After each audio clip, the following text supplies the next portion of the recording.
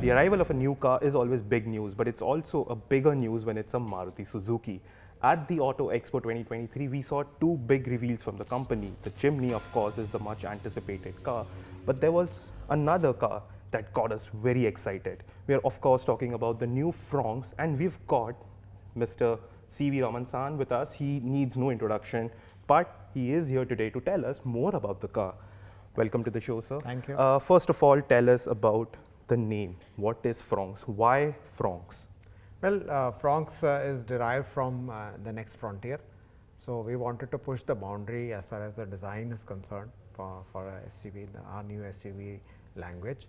And so from that perspective, it was felt that because we are pushing that, so Fronx has been derived from the next frontier or Fronx. So can you also highlight us a few peculiar design elements of the Fronx that makes it different than the other cars? Well, clearly, the key point was that on a package, on a B platform, hard tech platform, we had to create a all new SUV.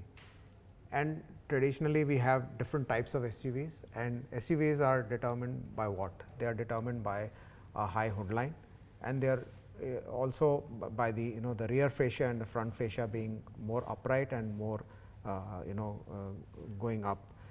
So I think that stance is very important for a SUV. Having said that, there are the angle of inclination of the A pillar and on the back door glass. This angle gives a kind of a different type of shape to a vehicle. Traditional Brezza kind of a vehicle will be more towards the outside, a Grand Vitara a little towards the inside. And here we have tried to move it a little bit more, the A pillar inclined, but the rear glass is totally more inclined. So it gives a kind of a cap forward kind of a design.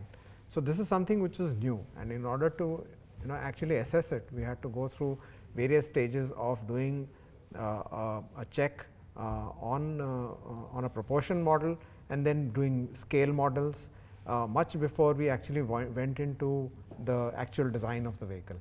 So I think we wanted to establish this shape, a new shape of SUVs, and so I think that was the design brief which was given to our designers. And so it's a totally new kind of a vehicle, and this is something which you don't see on the Indian roads. So you've talked about the design and how you wanted to make a new breed of SUV, but do you think you could have probably gone for a more coupe kind of a theme rather than an SUV? As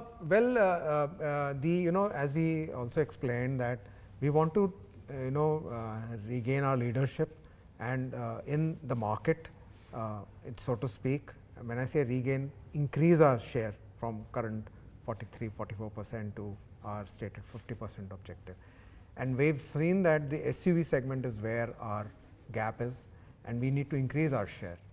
And so we already launched two new SUVs last year. We already have the XL6, and to push that and get that volume, we've introduced two SUVs at the Auto Expo this year, which is the Fronx and then the Jimny.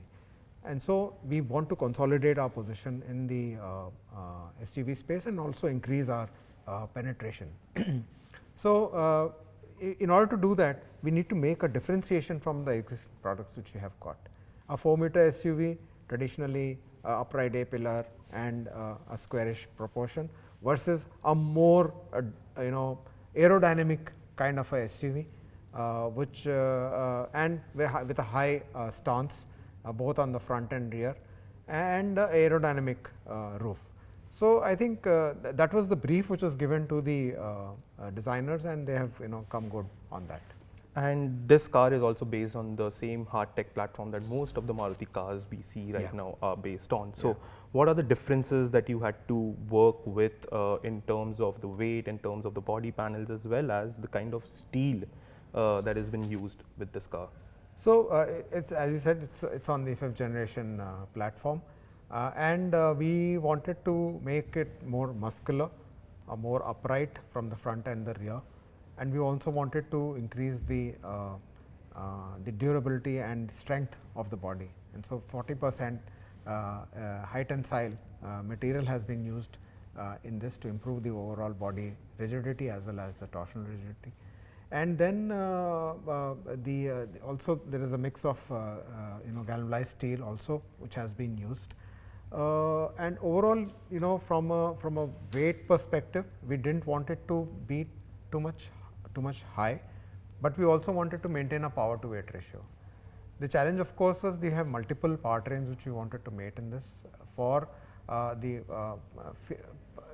customer who's seeking fuel efficiency, we have a K12 N series engine, and for the discerning customers who wants more performance on accelerating drive, we have the K10 DITC engine which is mated to that. So, I think that was something which was one of the prerequisites of the start of the layout study, and then the engineering. And so, it's a kind of a engineering and design parallelly work together in order to achieve the proportion, achieve the aerodynamics, and also optimize the design, so to speak. So, it's series of iterative process through which this product went.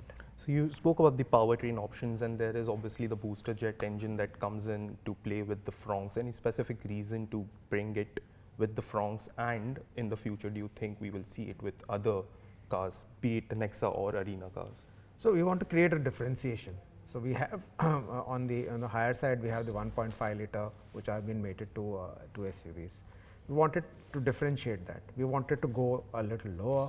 So, when we are doing that, we are looking at a 1.2 liter engine, and we are also looking at a 1 liter DITC engine.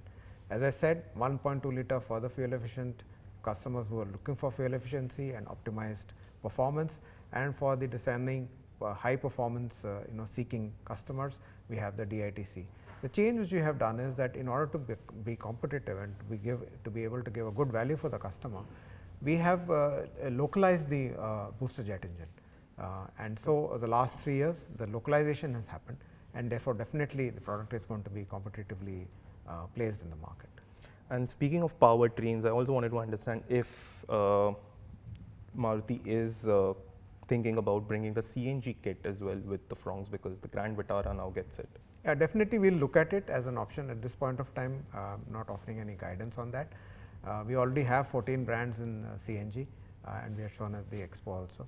So, definitely I think CNG is one big opportunity which we see. If there is such a requirement in future, we will look at it.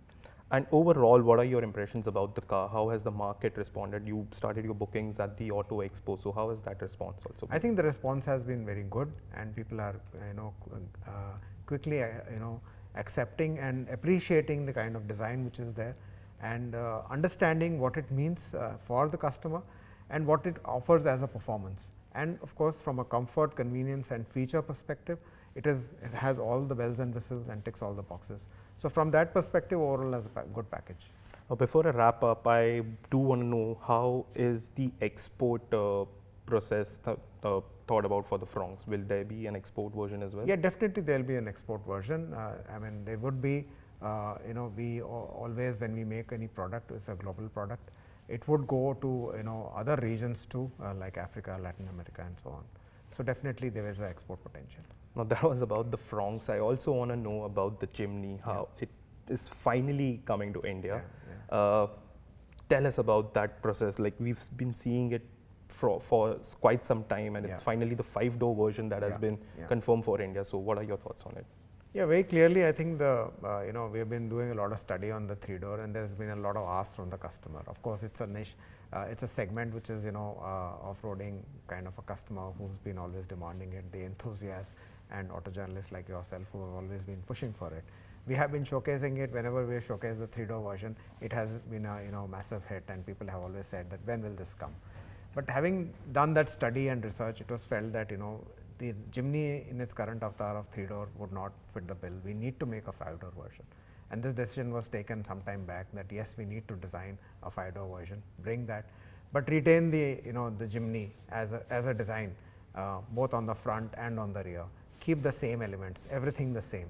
It should represent as Jimny, because Jimny is an iconic brand in every market wherever it has been, and it has sold millions of vehicles over the past 50 years. It has a rich legacy. We wanted to retain that.